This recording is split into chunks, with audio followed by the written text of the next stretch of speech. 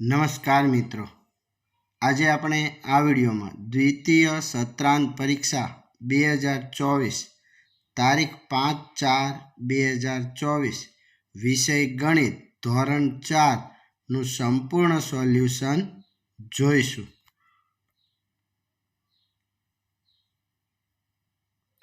પ્રશ્ન 1 માગ્યા મુજબ જવાબ.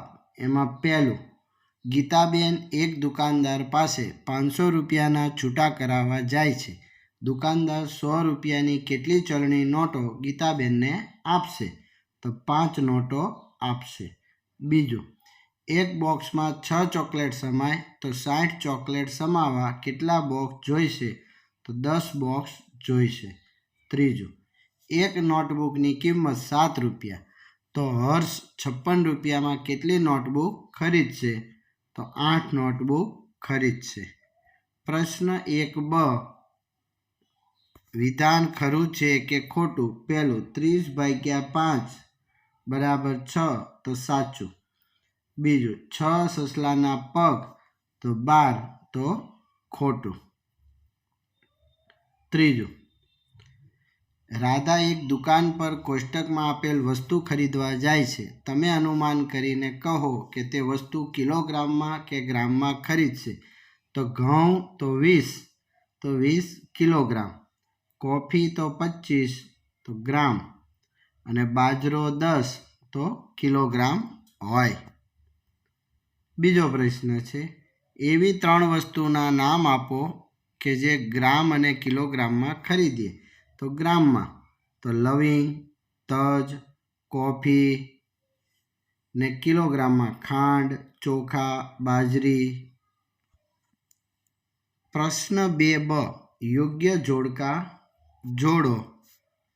તો 4000 ગ્રામ એટલે 4 કિલો અને 3000 ગ્રામ એટલે 3 કિલો. પ્રશ્ન 2ક, ખાલી જગ્યા.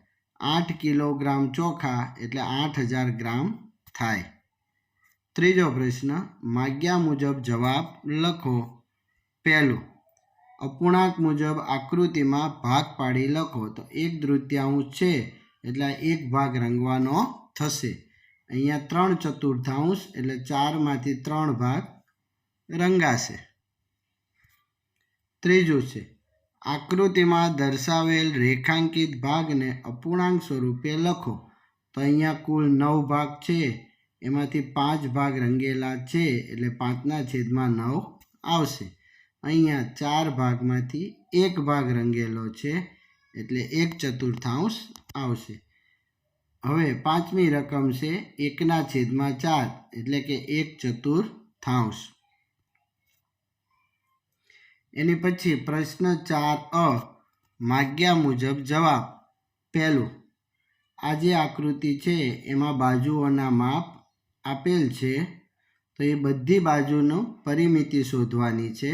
તો એ બધાનો સરવાળો કરતાં 24 મીટર જવાબ આવશે. એવી જ રીતે અહીંયા બીજું જે છે લંબચોરસ, તે મોહનભાઈનું ખેતર છે, તો એની પરિમિતિ શોધવા ચારે બાજુનો સરવાળો કરીશું તો 800 મીટર જવાબ આવશે. ત્રીજું છે, નીચે આપેલ આલેખમાં દર્શાવેલ ચોરસનું ક્ષેત્રફળ. તો અહીંયા આ ચોરસ આપેલ છે, એમાં 3 લંબાઈ છે અને 3 પહોળાઈ, એટલે 3 × 3 એટલે 9 ચોરસ સેમી એનું ક્ષેત્રફળ થશે. પ્રશ્ન 4b, ખરા ખોટા. પહેલું, ચોરસની પરિમિતિ શોધવા 4 બાજુનો સરવાળો કરવો પડે, તો સાચું. બીજું છે, 2 ત્રિકોણની બાજુ આપેલી છે, તો એની પરિમિતિ 8 થાય, તો ખોટી વસ્તુ છે એટલે ખોટું. પ્રશ્ન 5, માગ્યા મુજબ જવાબ લખો. તો 2 સેમી ત્રિજ્યા ધરાવતું વર્તુળ પરિકરની મદદથી તો આ મુજબ દોરી શકાય. બીજું, આકૃતિમાં દર્શાવેલ વર્તુળનું કેન્દ્ર, તો અહીંયા કેન્દ્ર આવશે. ત્રીજું, ત્રિજ્યા, તો આ મુજબ ત્રિજ્યા બતાવી શકાય. ચોથું, વર્તુળની ત્રિજ્યા માપોને લખો. તો આ ત્રિજ્યા 1 સેન્ટીમીટર છે.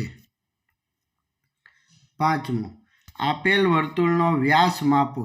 તો વ્યાસ 2 સેન્ટીમીટર થશે. પ્રશ્ન 6a, માગ્યા મુજબ જવાબ. તો 105, 205, 305, તો 405 અને 505. બીજું છે 90, 80, 70, તો 60 અને 50.